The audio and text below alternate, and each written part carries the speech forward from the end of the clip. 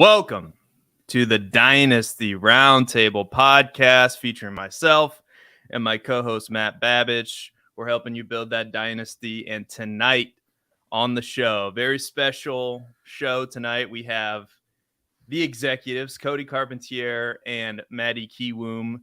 Cody just recently off of taking a position at Roster Watch. So Cody, tell us what you've been up to. Tell the people what's going on in your world, because now you're a roster watch. It's exciting.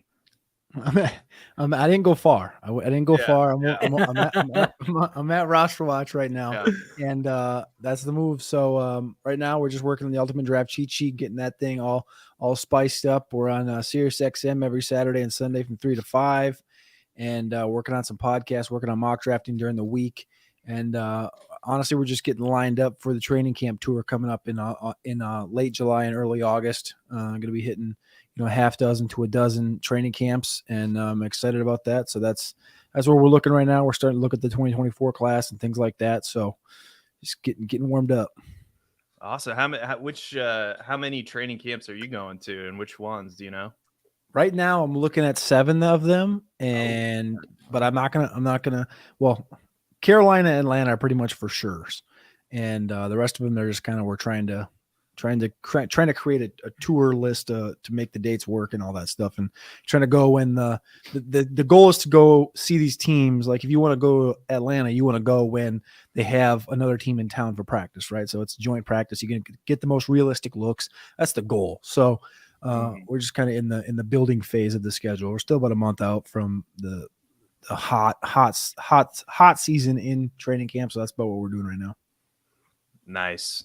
And what about Matty? Tell the people about the executives, where they can find that.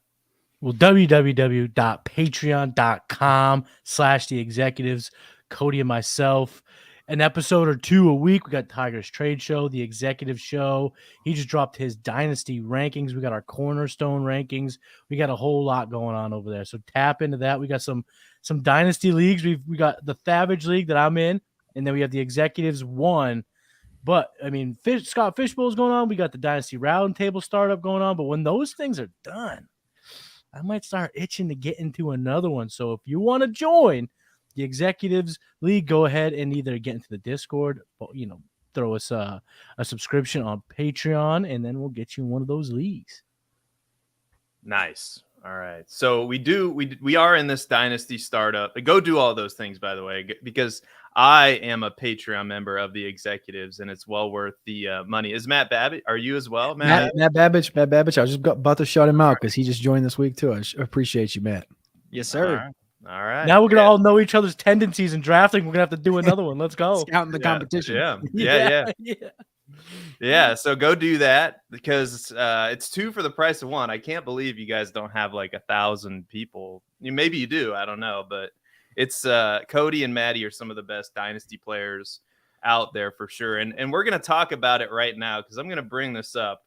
Of course, this depends on my ability to figure out technology. So we're going to bring this up. We'll bring this up. All right. We got to kill this overlay. And so this is our Dynasty startup right now. That's a little better. So we're through 10 rounds. So we got a good chunk of this draft in here. So Cody, why don't we start with you, and I'll highlight your team. Why don't you just kind of walk me through your strategy, because you were trading up and down the board all over the place.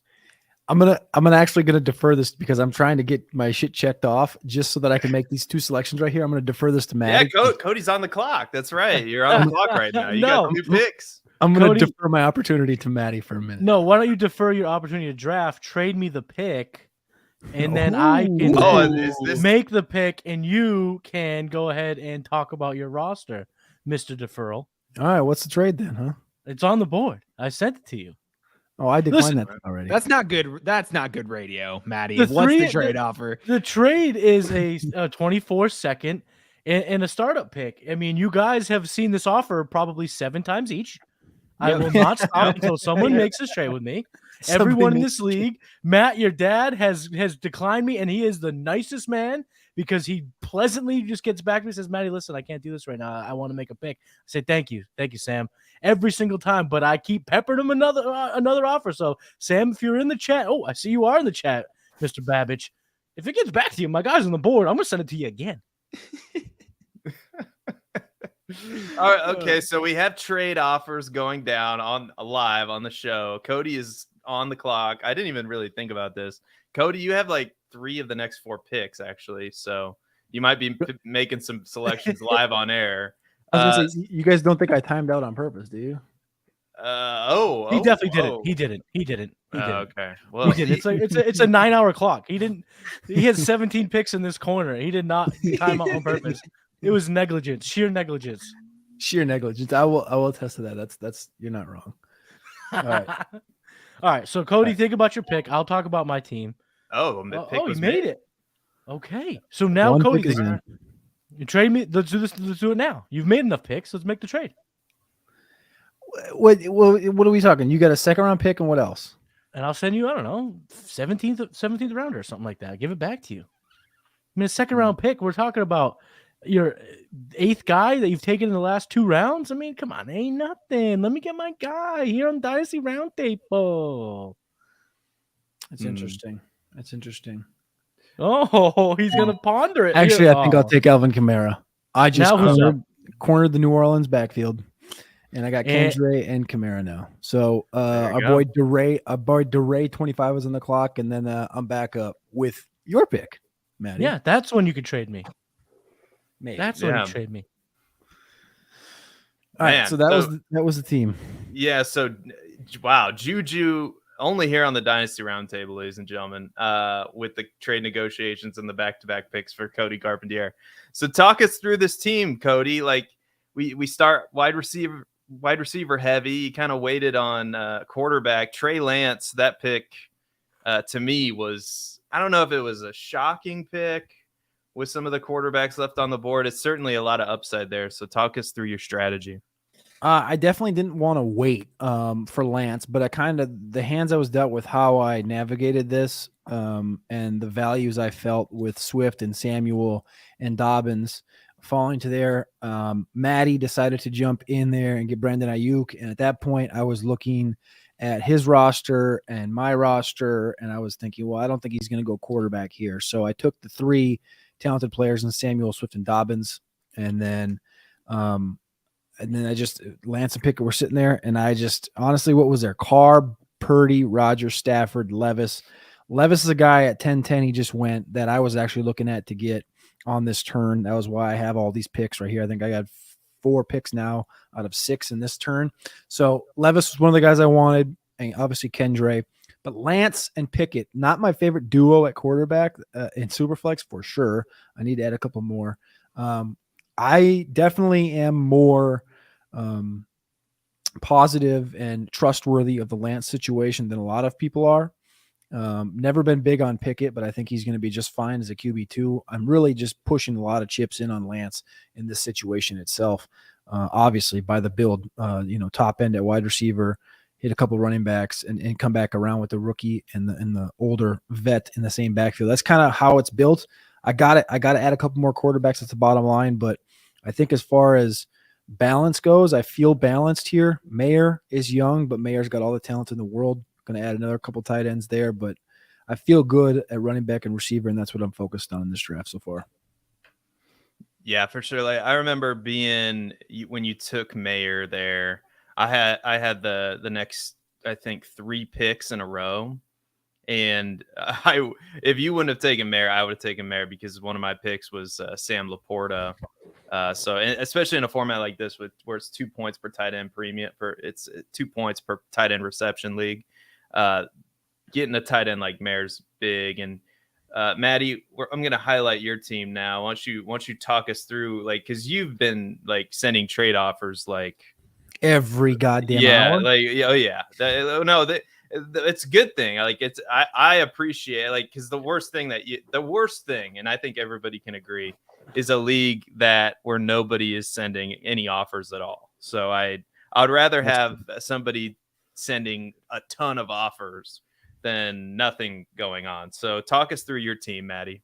Well, Seth, I'm very glad to hear you say that. I hope the other members of the league would also, recite that, but I doubt it because I have been pestering every single one since round 8 to try to jump back into this thing.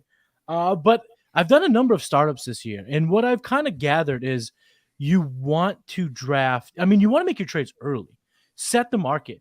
Matt was on the Trade Gods a couple weeks ago, and we were joking how Seth completely shat on the pick market by trading all your picks early. So you totally set the bar, totally set the market, and now will let everyone else play catch up that was trying to trade out.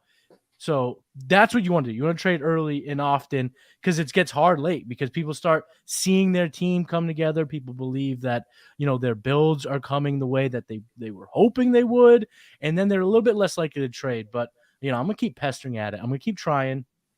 I did have the 109, which is in a superflex startup dynasty draft, is one of the worst spots to be in. Yeah, you can get Jefferson, which is great. But now it's just you're going to be chasing quarterback the entire draft, whether it be early and reaching on, Richardson went 2-1, but it would be the Prescotts, the Murrays, the Cousins, all those players you'd be reaching on. I decided to stay put, and a little bit was because of the executives startup. I decided to trade out of it. Didn't like the build as much as I did here, where I was able to stay put, get Jefferson and Amon-Ra St. Brown. But where it got interesting for me was round 3. I got to the pick here. Kelsey was still on the board. I wanted Kelsey because this is a 2.0 TEP. So I wanted Kelsey, but the problem with going Kelsey early, and this is also for Scott Fishbowl. I know that we're all in the Scott Fish draft right now. Going Kelsey as early as you have to in Scott Fish, or taking Kelsey as early as the second or third in Dynasty Startup, in my opinion, gives you a hyper fragile build because you're putting so many chips on a player that, I love Kelsey. I still believe he's a Dynasty tight end 1. I still think he's got 3 years left in the tank, but the facts are he's going into his 34th season. The facts are, the cliff is approaching. Is it like 3 years from now, 2 years from now? I guess that remains to be seen. So I was a little nervous going Kelsey with the 3-4. So what I decided to do was I reached out to friend of the show, Aditya, to let him know, hey, I'm interested in this pick at the 3-5. We were able to work something out. And that solidified what I wanted to do here. And I double tap tight end because it's 2.0 tight end premium. Andrews will be good enough to be in my flex because of obviously he's Mark Andrews. And this is also hedges now my future at tight end, where if the cliff is a lot earlier than I hope or that I predict for Kelsey, Andrews is right there waiting in the wings to kind of take that role and allows my team build to now not just be a 1 year going after it with a strong tight end, but a potential 2-3 year or even more with Andrews because he's going to his age, I think 28 season or something like that. So that was an important move for me. And then I maybe got too cute with trading out of. I had back-to-back picks, a 4-9 or 4-8, 4-9. I traded out of the 4-9, I believe it was, or maybe it was 5-4. No, but it was a 5-4 because me and Matt made the trade. Yeah, it was me. I came up. Matt Pollard. moved up for Pollard. Good pick. And I think if I could go back on it, would I rather have, what I got in the? I think I was. What was the 2 picks? I think it was Deontay and Ayuk. So would I rather have Pollock or Ayuk and Johnson? It's a little bit tough. It made it a little bit easier getting Aaron Jones at the 9-4. But so far, my team's coming together. I've made a lot of trades. I've mortgaged a lot of my future draft picks. So it's really kind of, we're going for it early, boys. We're going to have to. But, once you're in for a penny, might as well be in for a pound. Yeah, there you go. I mean, your strategy is the complete opposite of my strategy. My strategy was right off the bat. Like, look at this, ladies and gentlemen. What is this? What do you call this one, Seth? What do you call this? I used to have a name for it as like the cascading down strategy, or as the cascading down strategy is you just keep the way that I used to add it up in my head. I'm not saying this is, this is an evolving process, but I guess you'd call this the productive struggle. Right. And I feel like I was able to get a lot of good pieces here, Addison, Hawkinson, Drake London. I got my quarterbacks that I think are going to be viable for the next at least 3 years. I love getting Geno where I got him. I think he's still undervalued. But you look at every single one of these picks has been made with one specific thought in mind. It's like, I want youth and I want upside. And maybe the quarterbacks, you could say, Derek Carr, but I feel like Derek Carr is going to be in the league for the next 4 to 5 years, despite how I feel about him. And getting him in the 8th round, I thought was fine. But you look at Bateman, Cook, Laporta, Addison, Williams there in Detroit. I mean, this is I feel a high upside build, and I have 4 picks in next year's draft. Likely going to be in the Caleb Williams sweepstakes right there with Arizona. So yeah, I like this team a lot actually with how I'm going about it, because there are a ton of people trying to win now, including Matty. Yeah, the league is definitely full of people trying to win now, which is why I'm having an issue getting into these, double-digit rounds right now, is because people need these players because they're deep starting lineups, and people are trying to win. Yeah, Matt, do you want to talk about your strategy here, going Fields above Lawrence and Jackson? We've talked about this before, but I actually like this. Yeah, for sure. So if you follow Johnny Kingsley, the Deep Ball Project, you know that Justin Fields was one of the league's best / most accurate deep ball passers last year. There's a lot of similarities that I presented last week between Fields and Lawrence as passers in their rookie seasons. And Fields has a top 5 fantasy points per game season on his resume right now. And so going a little bit more short-term upside with Fields, as we know the shelf life of rushing quarterbacks isn't as long as, a pocket passer that stays protected. But Justin Fields showed game-breaking upside last season. And I want to be in a position where I can compete now with an elite asset like Justin Fields, but also bet on the youth. And so I kind of took a neutral startup. So to start it, getting, guys like Metcalf and DJ Moore, who are 25, 26 years old. They have some certainty, but some longevity left. Getting, 2 quarterbacks who are Konami quarterbacks who are under the age of 27, getting Breece Hall at age 22 and Pollard and Rashad White in their primes. Wasn't really planning to take Antonio Gibson at 10-9, but I wasn't a fan of the receiver tier that was there and figured I can probably address that at the 11-7. And Antonio Gibson essentially is going to be a receiver in Washington with the way this offense is set up. So again, taking a younger asset who I think has some more short-term potential. And then, now just trying to continue to build out. Obviously the soft spot is receivers, but just with the way the draft board was falling, I figured I can, continue to address that. We have quite a few rounds left. So I think I can still shore up these receiver positions. Yeah. So I know this is a big board with a lot, but Cody or Matty, is there any pick that you thought was either a reach or a supreme value? Anything that stands out to you here as we look at this board? I personally thought the CeeDee Lamb 2-3 was a good value for D-Ray. Yeah. Falling this low, but that's what happens in Superflex Dynasty startups. Watson and Richardson, flew up to the 12th and 13th overall picks. Cody went Wilson over Lamb. I know that's his guy over Lamb. We can't all get everything right, Cody. But yeah, Lamb falling at 2-3, I thought was good value. I think I'm going to go quarterback here. Tua, maybe that's a personal thing, but Tua at the 312 is a bit rich for me, especially when you're looking down the pipe of a bunch of receivers like Metcalf, Higgins, Smith, who are going to be here for a while. The tight ends, when it's premium, Pitts, Andrews, Kelsey, like Barkley, like Smith, Dax there, whatever. Like the Tua thing for me really, again, starting with the Mahomes Hill. I know he gets the stack there with Tua, but Mahomes Hill, I mean, I could have just, why not take Metcalf? Why not take one of the tight ends and then come back and get Daniel Jones there at the 4-1? That's probably where I would have went different. And I think that was a bit of a reach there too. Yeah, it's a good point he brings up.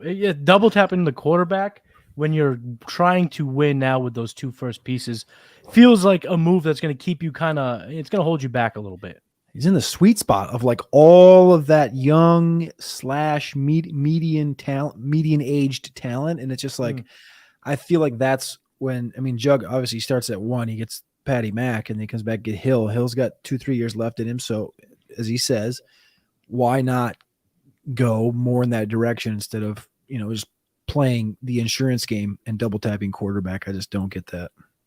Yeah. Being able to grab, from Seth's perspective, being able to grab London after that turn probably felt like a blessing, right? Because you get that cornerstone player who's so young and is already such a target hog, and you probably, I don't know if you were expecting him to fall back to you, but that was a nice value. And then being able to get Christian Watson again 2 spots later there in that sweet spot, like Cody mentioned, those are some good picks. I love seeing Michael Pittman at 6'5". I think that's some good value for Pittman with both a short-term and long-term shelf life.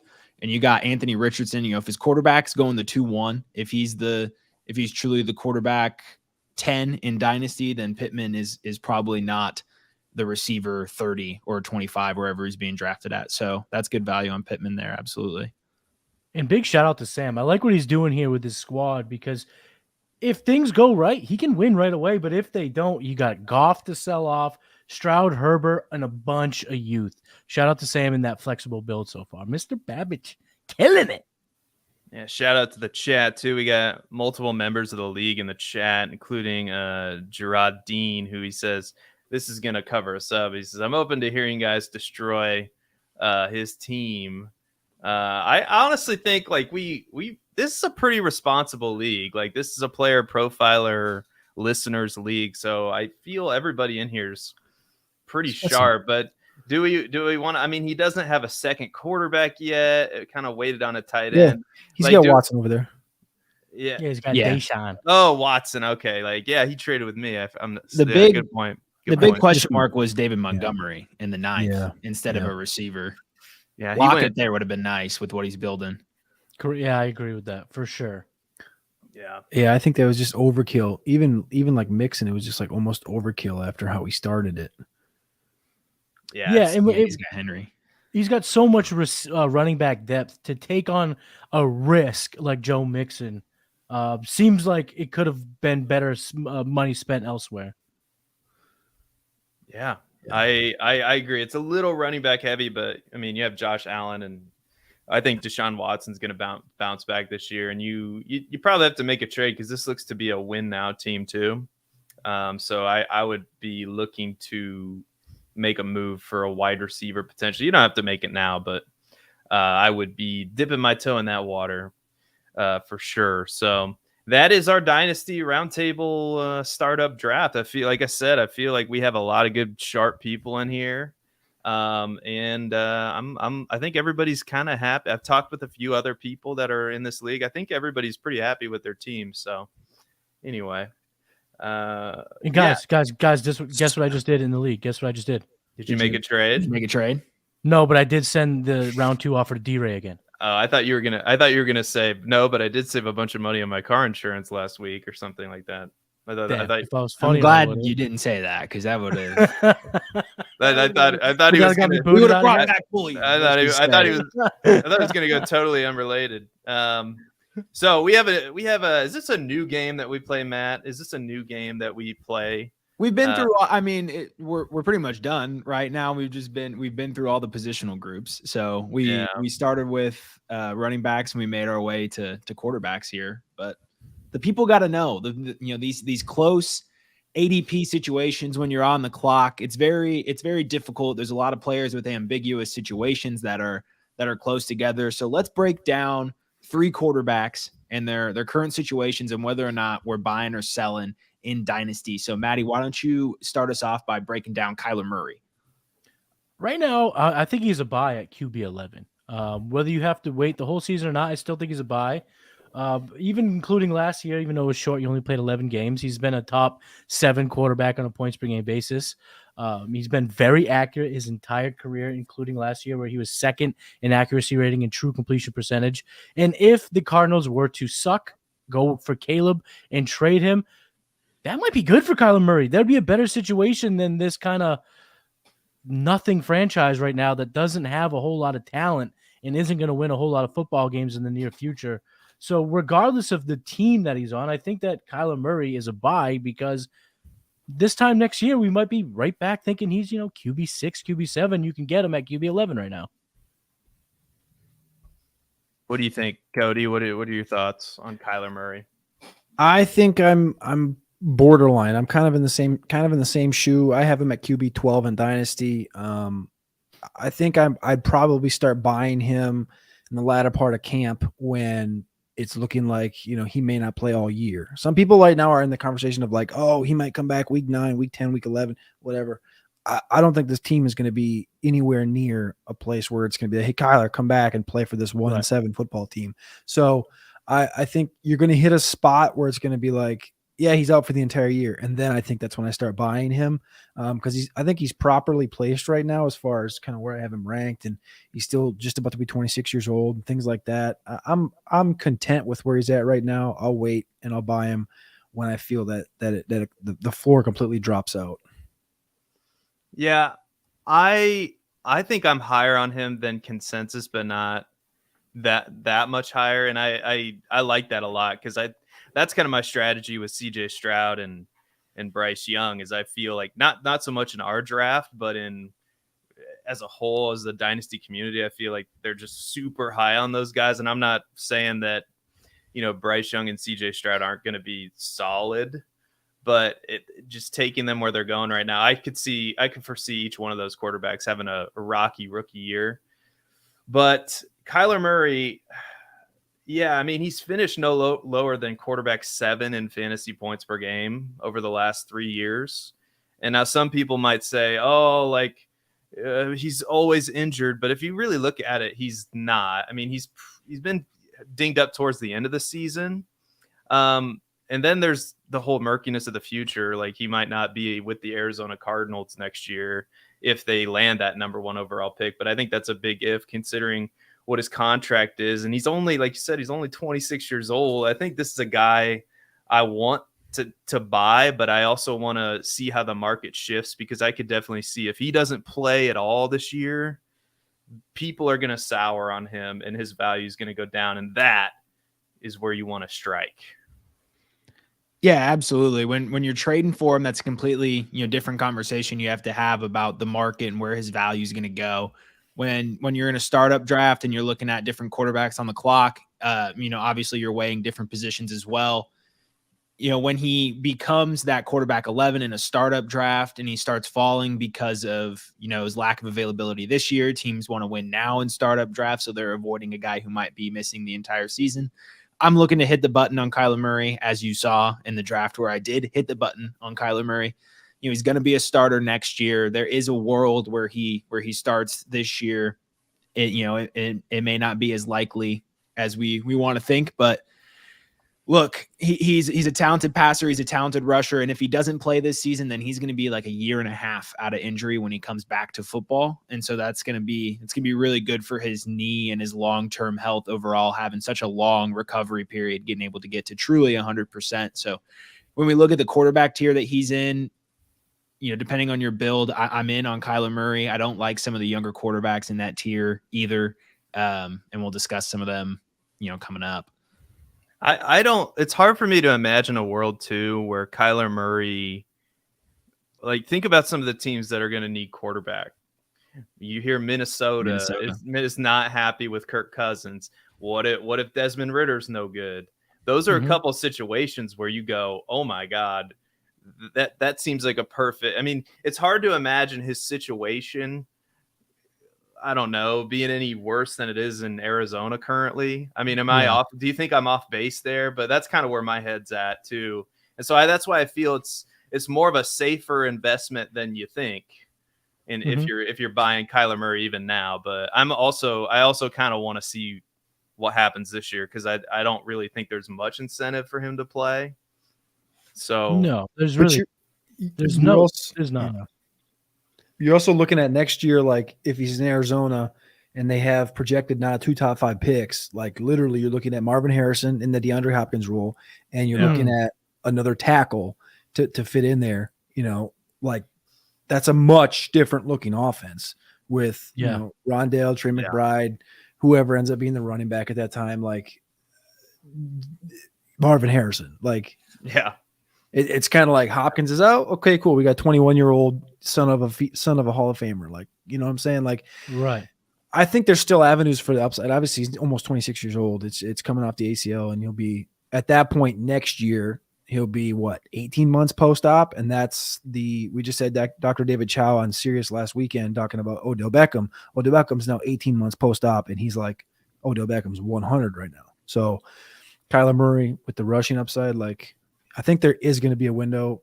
Matt Babich, you drafted him in this startup. So, I mean, you got to be feeling pretty good for 2024 at least. Absolutely. We're trying to win in 2024. Yeah. Seth and Cody bring up a good point in terms of waiting to buy. The only pushback I'll give on that is, and these are for the people who know their leagues better than us, if the team who rosters Murray is not looking to compete, you're going to want to buy now, because if he's looking at a 1-7 start, he's not selling a quarterback that's going to jump right back in to that top 10 mix when he's not doing anything this year. So if you're in a league where this team was a contender a year ago, then I would absolutely wait for Kyler Murray, because Cody and Seth are, they hit the nail on the head there, that his value will go down to a team like that. But if you're looking at a team who's a pretender, not looking to contend, maybe looking even for the future, and they're 1-6, they're not going to sell Kyler Murray at that point. Yeah, that's a great point. We have Jao Webb 1223 in the chat. Jao Wick. I remember the Bears used to have a terrible tackle named Webb, but anyway, he says, I'm in a dynasty league who hasn't even set a date for the rookie draft as of yet. Please put this on the screen and clown my league so I can show them. So, John, it sounds like your league doesn't exist anymore. Yeah. Someone didn't tell him. Yeah. Someone didn't get invited back to the league. Are they even rookies at this point? Aren't they like kind of been in the league? They've practiced. We've seen them in uniform. Yeah, I hope you didn't pay the entry fee, Jao Webb, because I don't know if you're going to get that back. But yeah, if you haven't had the rookie draft yet, but yeah, come on. If this is a real league, get the rookie draft going. How much more time do you need? How much more information do you need? Do you need to get through all of training camp to really get your binoculars out and see, I see Jordan Addison is running routes on the field now. And I need to make a few more notes in my pretend imaginary notebook before I feel comfortable selecting him with my 106 rookie pick in the Superflex rookie draft. Anyway, so there you go. That's me clowning your league, Jao Webb. So the 108 in that league is holding it up because he's saying to himself, listen, if Kamara gets suspended, I'm pulling the trigger on Kendre, but I gotta wait because I don't really want to take Kendre if he doesn't get suspended. So he's just holding up the whole thing for everybody. What a jerk whoever has the 108. All right, so same question, guys, but with Dak Prescott. Where are we at with Dak Prescott, Cody? Dak Prescott, I mean, you got to give him his due, right? He's back. He's healthy. He's averaging 17.8 fantasy points per game last year. He does turn 30, though. So for me, he's the oldest quarterback in the top 10, and I have him right there at 10, just behind Anthony Richardson, who I recently moved up. Dak, I'm indifferent on. I think they're moving more towards a more pass-centric offense. Obviously, with Zeke departing, I don't think it's going to be a give Pollard 300 carries type of an offense. At QB 12, I'm probably just holding him and playing him at QB 12 at that price. It's probably, if I have Dak, it's probably because my team is looking to win. I probably have, maybe a CD Lamb, or Dak's probably my QB 2, things like that. Like I'm not selling Dak right now, but I'm also not buying Dak right now strictly because he's 30 and there's, this influx of quarterbacks over the last couple of years. So we have like 15 guys that are sub 26, 27 years old. And he's just kind of in that middling area. I'd rather have him than Cousins. He's 5 years younger, that whole thing. So not buying him, not selling him, but I'm using him. What do you think, Matty? I'm not nervous with the departure of Kellen Moore. I do think Dak will have a pretty good 2023 season in your redraft leagues. Cody just grabbed him at the 3-1 in Scott Fishbowl. I thought it was a great pick. But in Dynasty, I'm selling him. I'm going to aggressively shop him because at QB 12, if you can get a Kirk Cousins, Daniel Jones, Tua, Geno Smith, plus an asset, I'm going to take that all day because I don't think there's a big differentiator between the two or between Dak and the rest of those quarterbacks. And I think the perception in the community is Dak is in that upper tier. He keeps getting pushed into the same tier as those big 9, 10 if you count Deshaun Watson, and then it's Dak. So if you're telling me that I can get a additional pick, maybe a flex player, something on top of Daniel Jones, Kirk Cousins, Geno Smith. I'm taking it all day, and I think it's there for the picking. So I'm selling him hard if I got him in Dynasty. Yeah, Matty, you just named off all 4 quarterbacks that I was about to.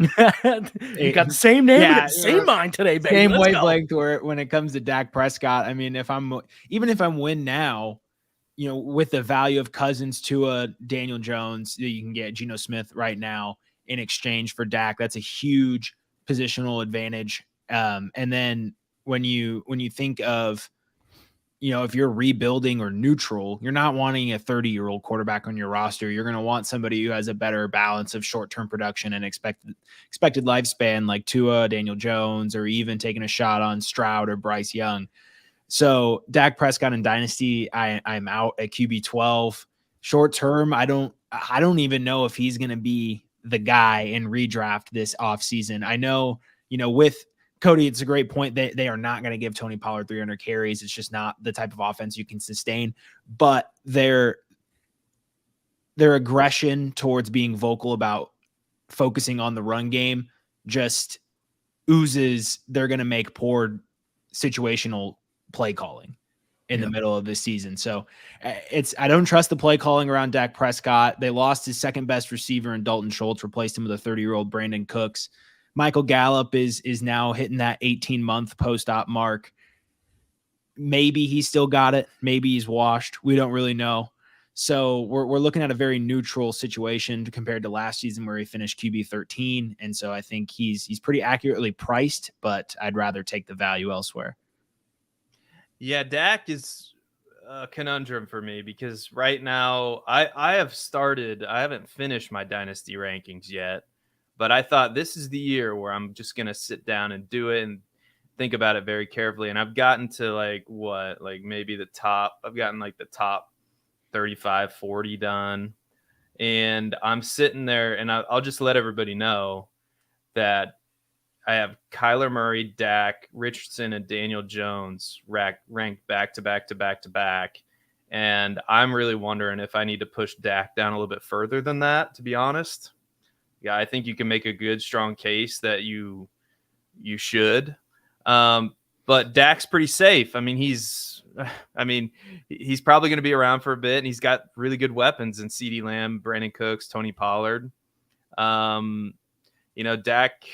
I mean, but the problem is the division's going to be good this year. Like the Eagles' defense should be good. Washington's defense should be good. Giants, I don't know, but Dak finished 12th in QBR last year, 22nd in true passer rating, which is not great. He did finish 8th in accuracy rating, but number 37 in catchable pass rate. So I think Dak Prescott is maybe one of the most boring picks to make in your Dynasty startup leagues, but he's gonna be solid, but I don't know if he has that upside of an Anthony Richardson or even a Daniel Jones. And my strategy is to basically always go for upside, calculated upside.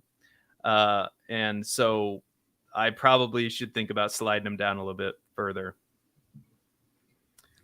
How far apart do you have Dak Prescott and Bryce Young in your rankings?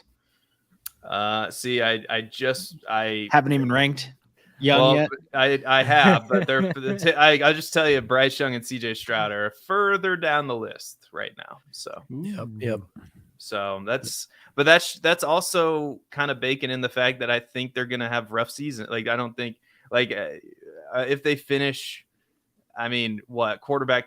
I like quarterback 20 in fantasy points per game, like quarterback 16. Like what's gonna really make people get excited about these guys?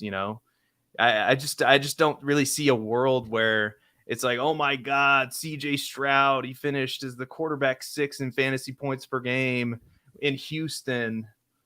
Yeah, I don't really see that world. And where they're getting drafted in some of these leagues, that it was almost like they would need to finish top 10 in fantasy points per game in order for that to happen. So it's almost like the way I'm thinking about it is there are very few situations where their value is going to go up from this time next year. I understand they're going to be a starting quarterback for a while because they were drafted so high, but why not wait if you're a gambling man like myself, I'm taking a calculated risk and just say, I'll try to trade for him next year if I really like him. Yeah, I think that's bingo. I love that. Yeah, that's the move. Go ahead, Matty. No, you could. I completely agree. You could wait on these guys. The teams themselves, the Texans and the Panthers, they did all of us fantasy gamers a massive disservice by trading away their round 1 pick in 24 because they would be, both of these teams would be in a great spot if they could go the Joe Burrow route, if they could go both Carolina and Houston. Both Carolina and Houston do both. Neither one of them have their first round pick. That's crazy. So neither one of them. I mean, if either team could hook a Marvin Harrison at the beginning of the draft, an Emeka Egbuka, Malik Neighbors, one of these first-round type receivers, they would go a long way with the development of their games. Because what we have also noticed over the last, 5-6 years, maybe even further, is these kids that come from big programs that have big-time weapons succeed at the NFL level when they have NFL weapons. It's tough to just say, let's go, mediocre weapons, get on my back, I'm going to carry you to the promised land. There's only one that's really doing it. It's Patrick Mahomes, and he still has Kelsey. He just doesn't have the receivers. But these two now are going to have to be another year out from netting their alpha receiver. Neither team has a true alpha on their roster. So are they good enough to elevate the Dalton Schultzes, the Hayden Hursts, Adam Thielens of the world? I don't think so. I'm with you guys. I think if you like the talent and you believe in it, right now they're priced at their ceiling, so you can sell now if you roster them or wait to buy when that price comes down. Adam Thielen seeing number 1 corners after a couple of years of Justin Jefferson now with a rookie quarterback, he's going to be put in the torture chamber. Yeah. Yes. And there are some good ones in the NFC South too. I mean, Lattimore, Terrell, they're not going to let him get his way. They're going to, and I don't know if they're going to put him in the slot more often. Who knows what they do, but it's not going to be easy for the Carolina Panthers to chuck the rock. So Vic here has a question that I think is interesting. You brought up Mahomes, Matty. So he calls us a gang, like, hey, gang. Like we are a gang. Like your middle school principal would be like, hey, gang. Anyway. Hello, fellow kids. Hello, teachers and students. So, hey, gang, what kind of ROI, I assume that means return on investment, would you need to trade Mahomes in Dynasty, Superflex, Best Ball formats? Not in a vacuum, in a phone booth. I don't know what that means. I don't know. I think it means tight. We gotta be tight. I don't know what that means for our trade calculating, but we gotta be. Yeah, but the vacuum. He said not in a vacuum. The vacuum's pretty fucking tight. A phone booth is not as tight as a vacuum. There's literally no air. That's a good point. So we get to breathe this one out. We get to have some fun with it, I guess is what he's saying. Yeah, I would say it's hard to having Mahomes in Dynasty is like having a $3 million house. I thought you said like having a threesome or something. I thought he was going that way too. Maybe. Hold on. Why do you think I have the burger phone in the back? So that's my threesome phone. We're gonna get demonetized for sure. Shocker! I come back and we get demonetized. That's what it is. Cody is the Mr. Demonetization there. Matty. So on Mock Draft Live, sorry, we'll get back to the point eventually at some time. On Mock Draft Live, we got demonetized for saying naked Kenny Pickett. Because we went naked Kenny at the end. We went heavy. We said it 85 times. Why is that bad? I don't know. Like we clearly naked Kenny. The YouTube. Yeah, we went Kenny Pickett without a stack. So naked Kenny. So Big Streaming just hates PlayerProfiler. Anyway, so as I was saying, having Mahomes in Dynasty is like having a threesome. I mean, it's like having a $3 million house. 3 million. So like you can have a lot of threesomes if you have a $3 million house. Wait, I don't understand. Alan Seslowski can go shirtless, but we can't say the word naked. That's a good point. That's a good point. You hear the things they talk about on the Sonic Truth Live. Yeah, are they getting demonetized? I don't think so. How's this? I need to figure this out, man. I'm the YouTube manager around here. So anyway, I don't know how Alan Seslowski's getting away with this, but so if you can find a buyer that's willing to pay the what was it in Game of Thrones, the iron price, maybe you think about it, but I don't think you overthink it too much. If you have Mahomes, I think you're keeping Mahomes, right? The Mahomes trades are some of the hardest to break down. We've gotten a couple of them on trade gods. It's never easy because, in my opinion, if you're not getting Hurts, Allen, Burrow, Herbert, Jackson, Lawrence, or Fields plus, what are you doing here? I mean, he's not like he's 37. He's 27 years old. If you're rebuilding, you want Mahomes. If you're winning now, you want Mahomes. I don't see a scenario where I'm ever trading Patrick Mahomes unless I'm getting one of these top 9 guys plus something on the side. And then if I'm about to tap in to that quarterback documentary on Netflix and it highlights Patrick Mahomes, I've seen some of those clips. Ooh, the way he was talking that shizzy to Max Crosby, I ain't trading him for nothing right now. Yeah. I would want, I'd have to get another quarterback up here in this tier. And like personally, I have Hurts and Burrow ahead of Mahomes, even though I just put all 3 of those guys in the same tier, and it's just whatever way you want to build your roster, do it. If I was going to trade down though, I would have to have a guy that's, I don't know, like a Fields, Anthony Richardson, something like this with upside and multiple picks. And by the looks of the trade finder and player profiler, I don't think I'm ever going to be trading away Patrick Mahomes, because it's like Mahomes and Adam Thielen for Jordan Love, Kyron Williams, Trey McBride, 2 first, a second, a third. Like that's a fucking putrid pile. Mahomes for Rashad White and a first-round pick. Like, no. And this is 1 QB. I guess I can click Superflex as well, but like none of this looks appetizing at all. Like what it would take is like literally I would want Richardson or I would want Fields or something like this and like multiple picks. Like that's just what it would take. Yeah.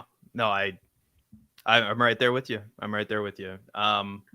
So we do have one more player to talk about. We kind of talked about him already. At least I did.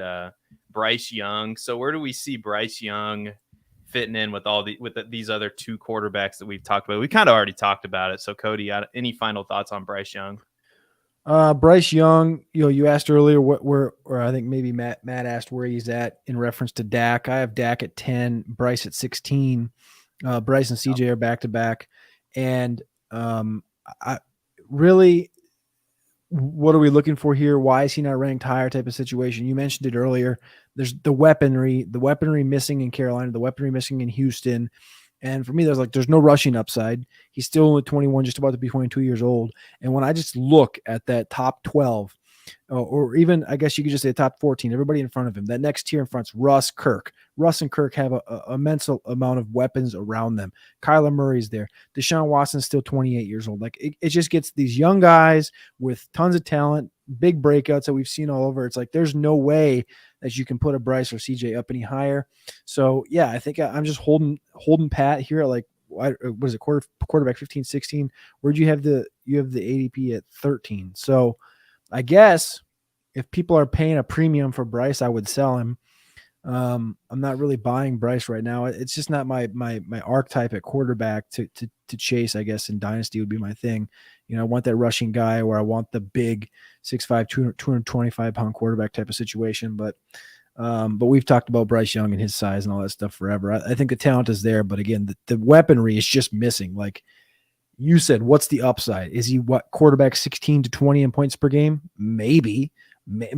Like I love Adam Thielen, but like Adam Thielen isn't going to help him elevate to anything. And we're talking about fucking Jonathan Mingo. We're talking about Laviska Shenault, Hayden Hurst. Like, what are we talking about? We love these guys, but these guys are not Justin Jefferson. These guys are not Devonta Smith, AJ Brown. Like, it's not even. There's no opportunity for it. And they've talked about liking Miles Sanders. Like, I guess if it's quarterback 13 and he's going around that Dak price, he's going around the Kyler Murray, is that ADP? Like, I'm good. I'm selling Bryce at that price.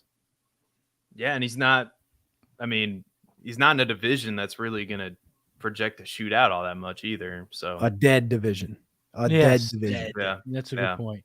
I also would just from a strategic point, if I'm not buying Bryce Young, but if someone was out there looking to sell Bryce Young, why didn't you just sell the 104, the 103, whatever it was?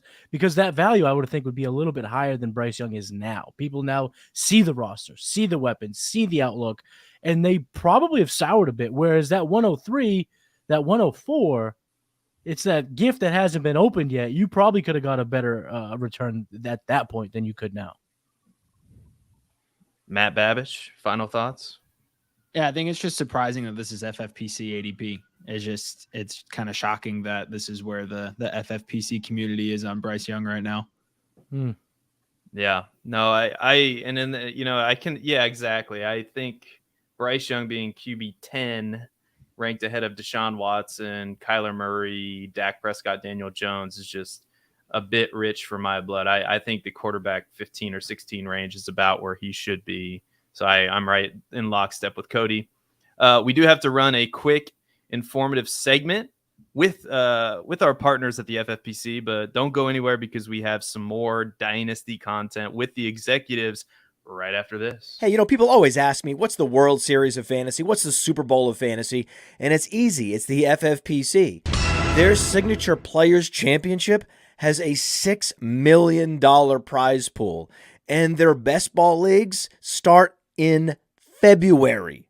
And they're the answer to so many questions. Hey, what's the best place to get a Dynasty Orphan? Well, you can adopt a Dynasty Orphan at the FFPC right now. There's more orphans at the FFPC than anywhere else on the internet. That's why we partner with them. So if you want to play fantasy football for low, medium, high stakes, you love Dynasty, you love best ball, you love seasonal leagues, all types of fantasy footballers need to go to the FFPC. And remember, use promo code Underworld. Promo code Underworld gets you $25 off your first team.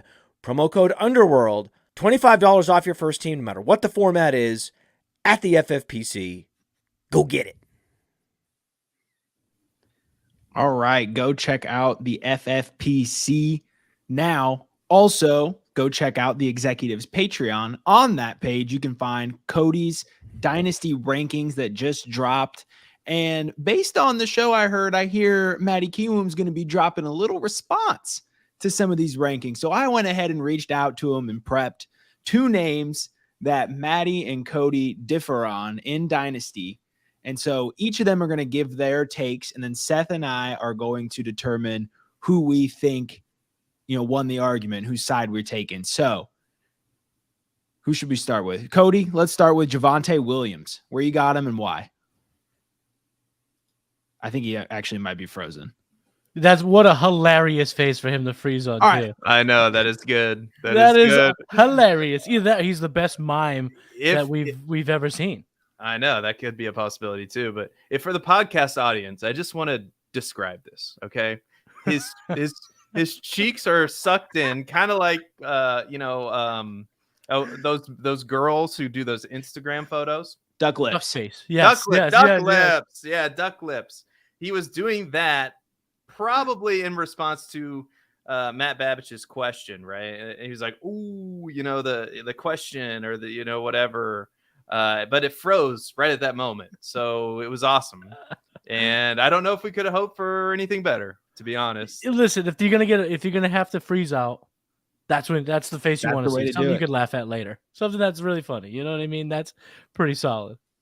Yeah. So Matty, where do you have Javonte Williams? So I'll let Cody, when he gets back, he can kind of say why he hasn't. But he has Javonte at 11, and he stood out for me as someone being a little bit too high. And it really just comes with the massive knee injury that we're getting fed all the optimism in the world that he's going to be back on time. But if we want to put our get into a little bit of a time machine, go back to last year, we heard the same things about J.K. Dobbins, and J.K. did come back early in the season, only to then re-injure himself and then be out for a multitude of weeks. And J.K., unlike Javonte Williams, was picked to be, the feature back of this franchise, where Javonte was not picked by Sean Payton. Javonte was picked by the previous regime. So there is no real loyalty to Javonte Williams long-term. We are staring at running back bonanza in free agency, there's going to be another healthy dose of rookies coming in next year. I just don't see a situation where the Denver Broncos don't bring in a running back. And given the free agents that'll be out there, the rookies that could be brought in, it could be someone that's catastrophic to his long-term success. And then when you factor in Samaje Perine being here right now, we saw Perine be annoying in Joe Mixon. Even though Joe Mixon was great, he was still a pester. And again, money talks in the NFL. They gave Samaje Perine the money to come play running back for this new regime. So Javonte, although I like talent, I'm a little bit worried about the knee injury this year. And I don't think he's as safe of an asset long-term as he was a year ago. So not that I don't like Javonte, I just think that he had him in his top. He had him at running back 11. That was a little bit too high for me. Running back 11. I feel good about it because he just turned 23 years old. And that's like 80 in running back years. What? 80? It's like 40. It's like 40 in running back years. It's okay. Yeah. And we all know. Midlife crisis Williams with a catastrophic knee injury. We all know 40 is the new 30 and round 4 is the new round 3. So it's fine. Exactly. The thing is we saw what Javonte was last year, and 200 carries, 900 yards. He had 4 rushing touchdowns, 53 targets, 43 receptions. And that was last year with Russ that was 2 years ago in Denver. And then he gets hurt last year after week 4. And I think when you're talking about Sean Payton in this offense, Sean Payton had Darren Sproles, he's had Alvin Kamara, he's had Mark Ingram, he's had all these running backs that have done well in fantasy and PPR. And I don't think Javonte is going to be 100% this year. It's just not his. J.K. Dobbins obviously was the same situation. Javonte's not going to be 100% this year, but I'm going to keep him up in that top 12. You look at the guys that are around him right now. Najee Harris, 25. Tony Pollard, 26. Josh Jacobs, 25. Rachaad White, 25. Those are all guys that are right below him that I have ranked. And then it's Kendra, Austin Eckler.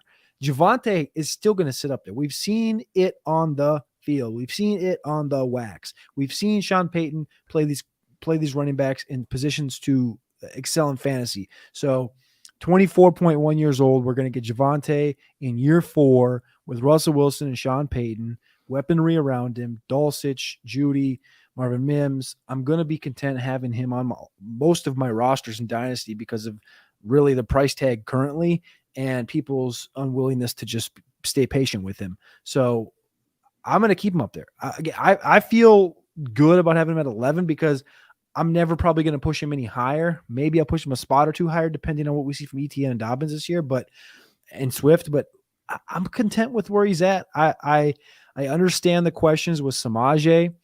Samaje's not good, so let's get over with that. But come on, it's Javonte Williams. We know what he is, and in this new offense, I think he's going to excel once he's healthy. But I would also say, too, that what we know about Javonte is he's had to split carries his whole career. And I mean, it's only 2 years, but last year before he got hurt, the highest snap share he had was 65% in one game. It was under 50 2 other games. So, I mean, he is a guy who splits too. But that also could be a point on your side, Cody, that if that's Sean Payton's offense, we saw Kamara and Ingram both be very good at dynasty running. Yeah, we have seen it before, but you know what's even better than Javonte and Samaje Perine would be Rocket Sanders and Javonte. It would be one of these studs or a beast veteran. So, but that's in the cornerstone rankings, though, right? You got to come over to patreon.com/executives to get those cornerstone rankings to know who Rocket Sanders is. So you can say, hey, what are these cornerstone rankings when you have Rocket Sanders and Javonte ranked on the same sheet? That's a different conversation. Pro, baby. Is that the running back from Arkansas? Heard that. Yep. I like him quite a bit, actually. On the last episode of the executives too, we just randomly got into a Devy conversation. We talked about a lot of Braylon Allen talk, which is another running back coming in next year. All right. So to speak to Matty's point on opportunity share, the one thing I'll refer to is the most important metric when it comes to running back opportunity, and that's weighted opportunities. And so these are very heavily weighted towards red zone touches and targets. As Cody mentioned, the Alvin Kamara role in the Sean Payton offense.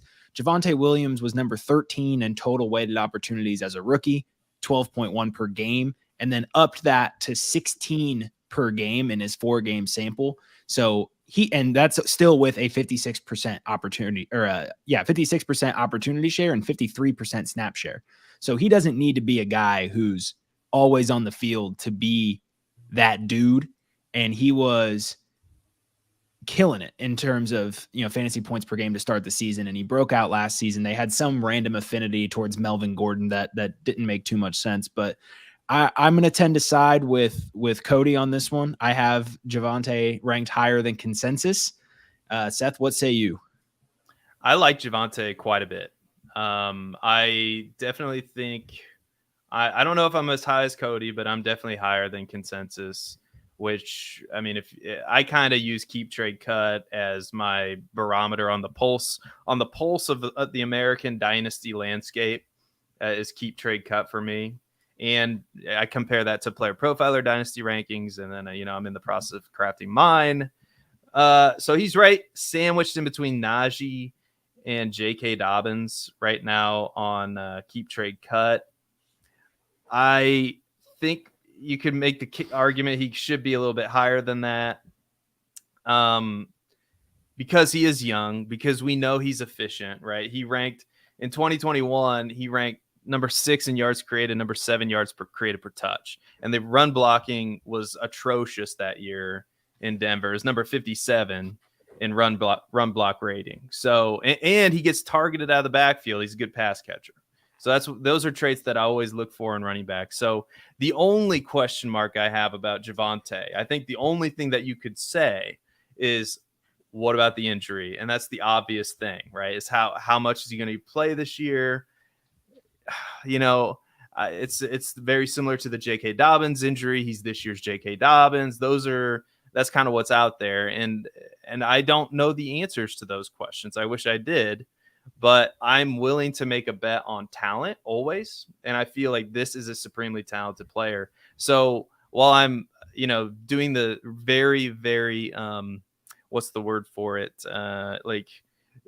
This thing that's irritating is kind of landing somewhere in the middle, but I'm more on Cody's side, I think, than Matty's side. I'm willing to take the risk that a young player is going to recover from an injury and kind of wind up like a J.K. Dobbins, but a J.K. Dobbins that catches more passes.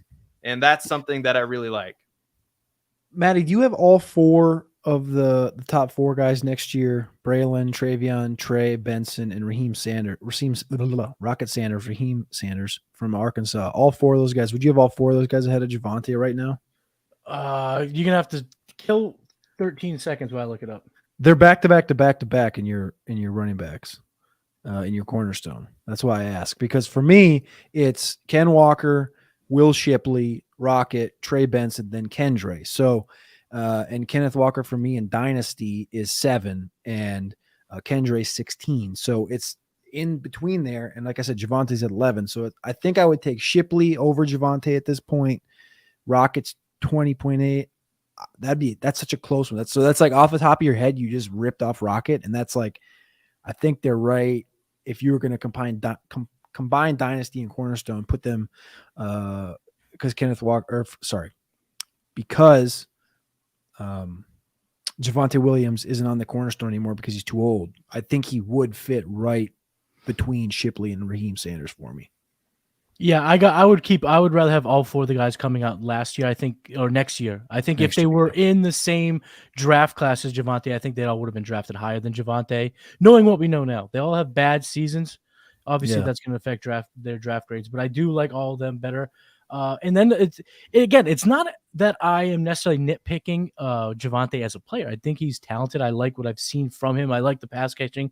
Prowse got 10 catches in week 1 last year and a comeback effort against the Seahawks. So I like his skill set. I think at 11, though, it's just too rich because I'm looking at our Cornerstone rankings, and I would put him right now right above Rachaad White in between Rocket Sanders. That would make him running back 9 overall. And then right below him, I mean, Kendre Miller, I think Kendre Miller is more talented than Javonte Williams, and he's 3 years younger. And then there's still a lot to be said of a few of these other guys that are below him. So, again, it's not that I don't like Javonte. I just think at 11, he's going to be more of probably in my dynasty rankings, probably closer to 17, 18, 19, even 20 than it is 11. I just wrote up Raheem Sanders for my 2024 rookie rankings, and I have him at number 10, number 10 overall right now. And superflex. Anyway, overall across all positions. Yeah. Okay. Yeah. So I don't like there are a lot of these quarterbacks. Anyway, we could talk about this a whole nother show. Some of these quarterbacks, man. See, Cody, we hooked them in. Now they're gonna have to invite us back to talk about something else. Oh yeah, we do. We should do Sunk it. our hooks into Wait. it. Well, we also got Seth, which is breaking news. We got Seth on the executives this weekend. So Then we can talk about it there. So you got to go tune into the executive. You got to become a Patreon. You got a Patreon member. So there's another player that you guys have a disagreement about, Tank Dell. Who wants to start with Tank Dell? I'll start too because Cody, I have a couple questions. Who was the best route runner in the 2021 class? that would be Tank Dell. No, the 2021 class, so 2 years ago. I'm putting you on the spot here. Oh shit. 2021 class. So that would have been what is that? That's not Olave, is it? No, that would be last year class. before. God, I got my years all fucked up now. No, I'm putting you on the spot here. This isn't your fault. This is my fault. I was gonna say you just totally blindsided me, and I'm like, wait, what year is what now? I don't know. I can't remember the classes by that. I gotta look it up. So then last year, who was the best route runner? Olave? Yeah. And then who was the best route runner in 2023? Dell. Tank Dell. So Tank Dell is someone I know he's small. Yeah. But you're talking about a guy who has 2,600 receiving yards over his last 2 years in college.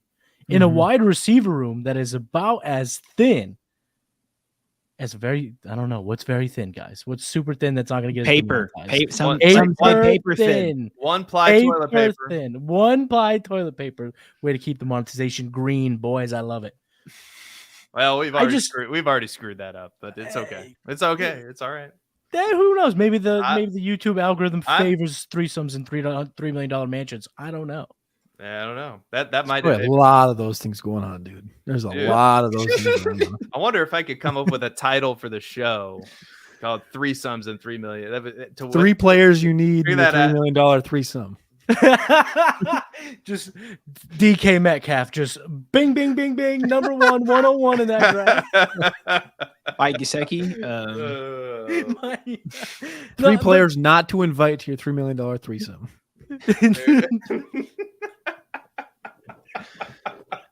DK Metcalf, Miles be my Garrett, next article for PlayerProfiler. Sean Oakley. I'll take that one. Jeez. Yeah, we're done now. That was the nail in the coffin. No, but maybe they've stopped listening. Maybe YouTube's like, guys, they went over an hour, they're good to go. They don't need this. But hey, if not, it's still fun. But really, Cody, the thing that flagged Tank Dell to me is you have Cedric Tillman ahead of him in your dynasty ranks. Yeah. Really, that surprises me. Why Cedric Tillman over Tank Dell? Draft capital, and I like Cleveland. Yeah. I like Cleveland way better than I like Houston this year. I mean, again, Tank Dell's opportunity is there, right? Cooks is gone. It's like Nico. It's Xavier Hutchinson should have an opportunity, right? But I compared him to Adam Thielen, and it's like, whatever. It could take Hutchinson a couple years. Tank Dell, though, like that route running, I've said it 117 times. He skates everywhere he goes on the field, and he's 4.4 speed. Like Tank Dell should. I'm not saying should. I'm not going to say should. Has the upside to go for a rack this year with CJ Stroud, because CJ Stroud, the one thing I will say, as much as I don't love his arm and I don't love his talent as far as coming to the NFL, is when he has a connection with a guy, there's really no stopping it. Like he puts the ball because he knows where that guy's going to be. If he knows that guy's going to be a foot off the numbers, 17 yards right to an angle, it's going to be 17 yards out to the angle, a foot off the number. Like it's just going to be there every single time. So, and I think Tank Dell's a guy that he runs routes so crisply and so cleanly and skates over the field that I could see him having an opportunity. But also Tillman, on the other hand, right? David Bell's hurt. And David Bell had an opportunity. He failed last year. Mike Woods has been hurt. I think he just tore his Achilles. He had an opportunity. Didn't really do much with it. It's Donovan Peoples-Jones. Schwartz has been banged up. I think Schwartz got banged up again. So it's like DPJ, Amari Cooper, Cedric Tillman. I know he's like 23, 24 years old. The opportunity is going to be there for him. That's the only thing I'm betting on is just like, him being that, who was the big bastard that got a couple of games? Jalen Strong in Houston with Deshaun Watson years ago. Yeah. And he never panned out, but it was just I think Tillman's a good receiver. That's what it comes down to. And he's a big body guy. He's not the burner like Donovan Peoples-Jones. He's not as good of a route runner as Amari Cooper. He's just a big body donkey you can put out wide. Right, but if Tank Dell, you see a situation where he goes for a rack this year, I would love that. Cedric Tillman will never even sniff a rack. What's his peak? 650, 700? Yes. That's his peak. And that's, like you said, he's a donkey. He's number 3. Now, if he was going to be lining up outside of Amari Cooper and they didn't bring in Elijah Moore, they didn't bring in Marquise Goodwin, they didn't bring in these ancillary pieces, maybe I'd be on with Cedric Tillman because I did think the kid was pretty talented coming out in the draft process, and he got that draft capital. But now with all those guys in the mix, Njoku, now they're talking about Nick Chubb getting in the passing game. I just don't see a situation where Cedric Tillman puts up what Tank Dell can. So that was really why I was like, man, he's too low on Tank Dell. All right, I moved him up 5 spots for now ahead of all the rookies that were in front of him, Tucker, Rice, and Tillman. All right, cool. making progress, fellas. It's sometimes that's what you got to do. Yeah, that's why Cody and I work so well. You know what I mean? We're okay with letting each other know what we're thinking. How do we change this? We went out to Cody and I met up. He was in Massachusetts a couple weeks ago. We went out for lunch, and it was just like we just decided to bro it out for. We were going to chat a little bit. We look up the clock. 3 hours go by. That's just the type of relationship we have. You know what I mean? We could just talk it out. You guys we should all have like a like we're under the we're over time, but we ought to have like a 3-hour like show where we're all just a podathon, a dogathon. It's a dogathon. A dogathon. Yeah, that could be a little idea for you, the executives. I don't know, throw an underdog draft in there to see what happens. Seth, tell your producer to cut out about a minute around 1 hour, 11 minutes in so that no one else takes this idea. Okay. Nathan, are you listening to that? Write that down. Cut it out. We do have we'll do this rapid fire because we're a little bit over and we want people to go over, not right now, but eventually go over to the GOAT District, which is airing right now, probably. So preseason is a time when a lot of cheap stashes can be had, right? There's hype all over the place. So who are some deeper prospects managers should be getting on their rosters right now, Cody? Dwayne McBride. McBride, obviously, that's a Minnesota back. Evan Hull's an interesting one. If you want to, I think that Indianapolis situation is very sticky as things come around to the season. Non-prospect, so sophomore, would be Zamir White because of this Josh Jacobs thing. Josh Jacobs has like a week maybe to sign an extension before the season starts. Otherwise, you can't sign an extension until the season's over. As being a franchised guy, and he's already explained his, discomfort with being a franchise player during the season. So Zamir White would be the next best back, we hope, right, in that backfield, unless you think Amir Abdullah is good or something like this. Deneric Prince is in Kansas City. He's an interesting one as well. And Tank Bigsby. Tank Bigsby's probably my favorite because everyone's running out to Travis Etienne again, and it just seems like maybe they aren't in Jacksonville of the same thought that, hey, Travis Etienne is Jahmyr Gibbs. Travis Etienne is Alvin Kamara. Maybe they don't want him to be that. Maybe Tank Bigsby, I think he was like 208, 212, something like this when he came through. If I was anybody in Jacksonville, because there's no backs in that backfield other than Snoop Connor that weighed 220 plus, I would have, the day Tank Bigsby showed up, I would have said, hey, Tank, you're not big enough to be called Tank. Go to the lunchroom. All the chocolate milk, all the red meat, all the potatoes you want. Tank Bigsby needs to be 224 when the season starts. Tank Bigsby needs to be the goal line back, et cetera, et cetera. And that would be the one guy that I definitely want as the season goes on, because we've seen ETN get dinged up and dinged up and dinged up. And this offense should be good, even though it's Calvin Ridley, Ingram, and Kirk. It's kind of odd to say that, but it should be a very good offense in a very poor division or young division, I guess. But Tank Bigsby, Evan Hull, Dwayne McBride, Zamir White, those are kind of the names I'm looking at running back. What about you, Matty? So Cody kind of covered the prospects I think you should stash. I'm going to go with a non-prospect that I think you should stash, somebody that he's on a good team. And I think sometimes when these players, these nobodies, these kind of flash in the pan type players are on good teams, you got to scoop them up quick because hype can get a little irrational behind players on really good teams. So that's why in my dynasty, I'm trying to stash Richie James right now. He is now on Kansas City. Last year, and I tweeted this out in 2022, only 4 wide receivers met this criteria. First, they had a 45 or better % route win rate and 6.5 or more slot fantasy points per game. Those 4 players was CeeDee Lamb, Amon-Ra St. Brown, Chris Godwin, and Richie James. So he brought a lot to the table late in the season for the Giants. He was a late addition for the Chiefs. He could be cut in a few weeks, but I think you get him on your team now because if he's not cut, if he does get additional hype behind him, if some people in the community start getting behind him, the price tag will be so irrational around Richie James. You're going to want him now so that you can kind of be in the driver's seat when it comes to a play like that. Love that. If I'm going to give out one, it's going to be Rashid Shaheed.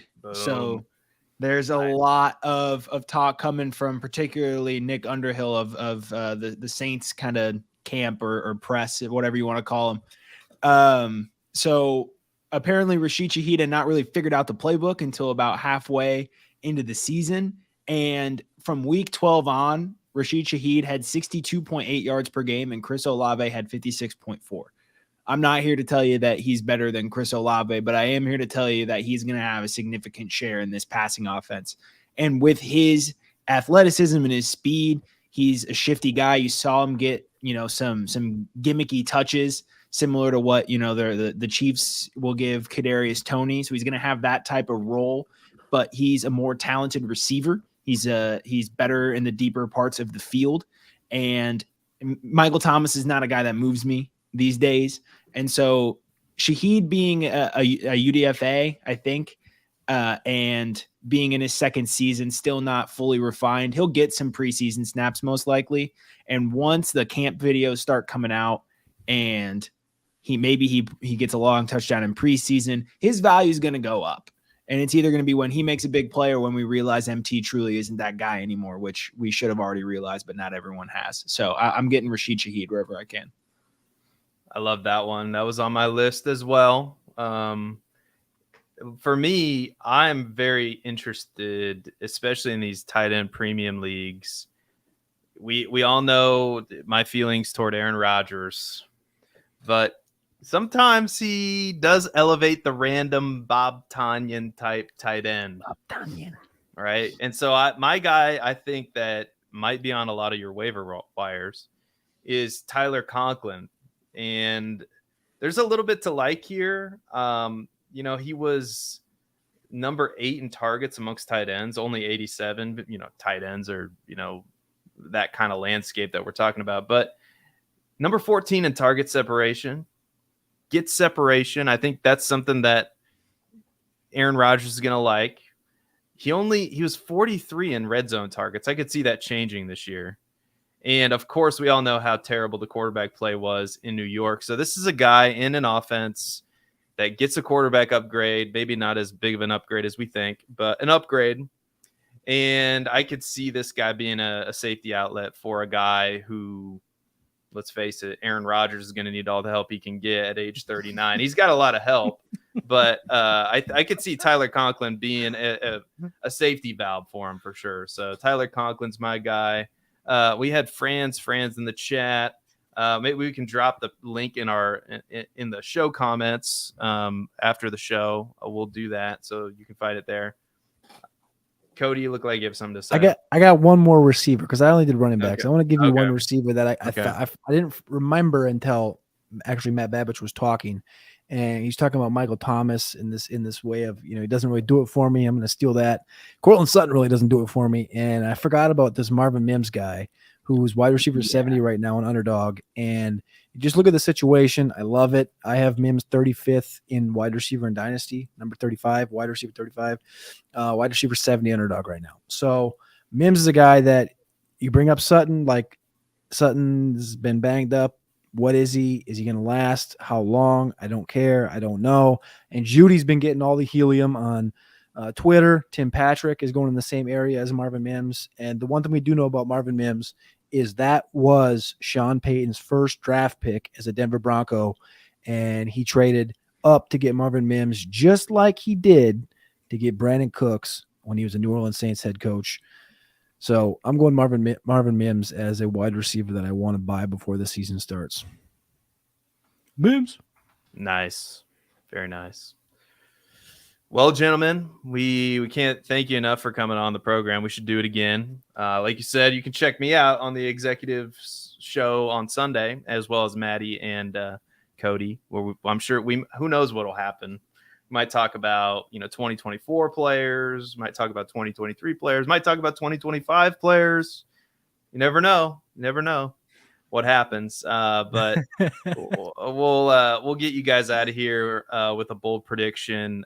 Cody, do you have a bold prediction for the 2023 NFL season? My bold prediction for the 2023 season: the Philadelphia Eagles win the Super Bowl, and DeAndre Swift is RB3 on the season. A double dipper. You should have done 3. Then you could have had a $3 million threesome for a bold prediction. There you go. Philadelphia Eagles win the Super Bowl. DeAndre Swift is running back 3.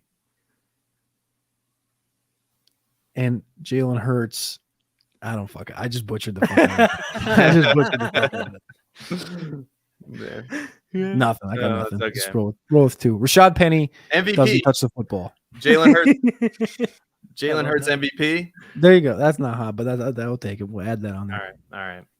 That's the $3 million threesome right there. There you go. $3 million threesome picks from Cody Carpentier. Matty Kiwoom, what's bold prediction? Kirko Cousins throws for 50 touchdowns in 2023. Oh, let's go. Matthew Stafford threw for 41 with Kevin O'Connell in 2021. Minnesota was the third. They threw the ball the third most in terms of team pass plays per game last year. Cousins has his best set of weapons he's had his entire career. No Dalvin Cook. And when you look at the Minnesota Vikings schedule, it's perfect for us fantasy gamers. They go to Chicago and to Green Bay early, and then they have 11 games indoors next year. You know what that means, right? If that happens, guess where Kirk Cousins is going to be, Vikings fans? He's going to be right on the Minnesota Vikings roster again, if that happens. Yeah. How are they going to get rid of him if he throws 50 touchdowns? They're not. I mean, can't do it at that point. Can't do it. Can't do it. Won't do it. Can't do it. Can't do it. Can't coach him. Can't coach him. They're gonna win the NFC North and get bounced in the first round of the playoffs again. But Kirk's gonna throw 50 touchdowns, and since the defense gave up 34 points in the NFC divisional round, then they're gonna keep him. They're gonna lose 34-31. Cousins is gonna be back. It is so perfect though for that prediction because this defense is gonna be bad, and Kirk Cousins doesn't run. So Justin Jefferson, Kirk Cousins, Jordan Addison, TJ Hawk. I mean, this offense is going to go bananas. The Bears defense is no good either. The Lions defense is average. The Packers defense is okay, you could argue, but not the greatest. So this division is going to be shootout city. So I love that prediction, honestly. All right. So a lot of my fantasy teams love it too. Yeah. I'll parlay off of Cody, and I'll lay out a $3 million threesome of my own since we're already deep into it. Go. So Justin Fields is going to finish as a top 6 quarterback. DJ Moore is going to finish as a top 15 wide receiver, and Roschon Johnson is going to finish as a top 30 running back all this season. Ooh, yeah, Roschon. Oh. Had to make it a Bear show by the end. Had to make it a Bear show. Right. Somebody has to. It's a dirty job, but someone's got to do it. Tyler Knably was in the chat. He's on Underdog. I think he works and does Underdog and then roots for his local baseball team all at the same time. He's crazy. Big Timberwolves guy too. Timberwolves guy. It's a big Timberwolves guy. Nice. I did not know. Is he from Minnesota? Is Tyler? Yeah. He goes to a sister campus of University of Minnesota.